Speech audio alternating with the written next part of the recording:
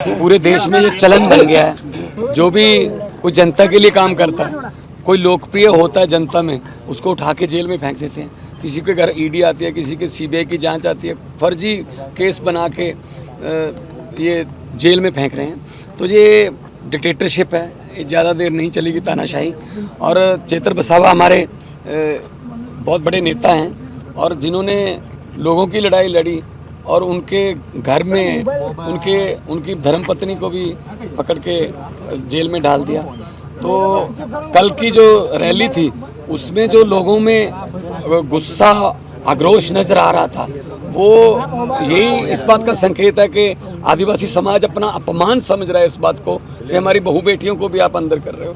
तो जरूर जो आदिवासी समाज है वो चेतर वसावा के लिए खड़ेगा, चेतर वसावा के लिए लड़ेगा और जिसके लिए लोग लड़ने लगे उसको कोई नहीं हरा सकता। आम आदमी पार्टी के गुजरात में जो एमएलए हैं आदिवासी इलाके से, चेतर वसावा, उनको गुजरात की बीजेपी सरकार ने एक बिल्कुल फर्जी और झूठे केस में गिरफ्तार कर लिया है। इससे पूरे गुजरात के आदिवासी समाज में बहुत रोष है, बहुत गुस्से में है।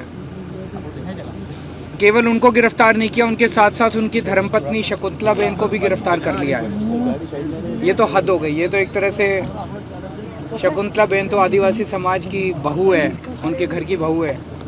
उनके घर के बहू को भी बीजेपी ने नहीं छोड़ा। तो पूरा आदिवासी समाज रोष में है। कल हम लोगों ने रैली भी की थी जिसमें हज़ारों लाखों की संख्या में लोग आए थे, उन्होंने अपना गुस्सा जाहिर किया था। अभी हम उनसे मिलके आ रहे हैं, चेतर वसावा जी से जेल के अंदर। शकुंतला बेन से भी मिले हम लोग। दोनों ठीक हैं, स्वस्थ हैं, हौसले बुलंद हैं, लड़ेंगे, संघर्ष करेंगे और अंत पंत में बीजेपी को गुजरात से उखाड़ के फेंकना है और जनता उखाड़ के फेंकेगी। हम लोग तो बहुत छोटे हैं। एक मिनट बात कर लेना। और जनता इनको उखाड़ के, अब इनकी हद हो गई है। सर से पानी उतर गया है इनके अत्याचार का, इनकी तानाशाही का।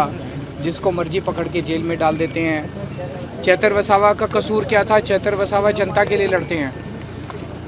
जब फॉरेस्ट डिपार्टमेंट वाले जनता पे झूठी एफआईआर करते हैं तो चेतर वसावा उनके लिए लड़ते हैं। जब उनकी किसानों की ज़मीनें छीन ली जाती है तो चेतर वसावा उनके लिए लड़ते हैं। चेतर वसावा उनके स्कूल और अस्पताल के लिए लड़ते हैं।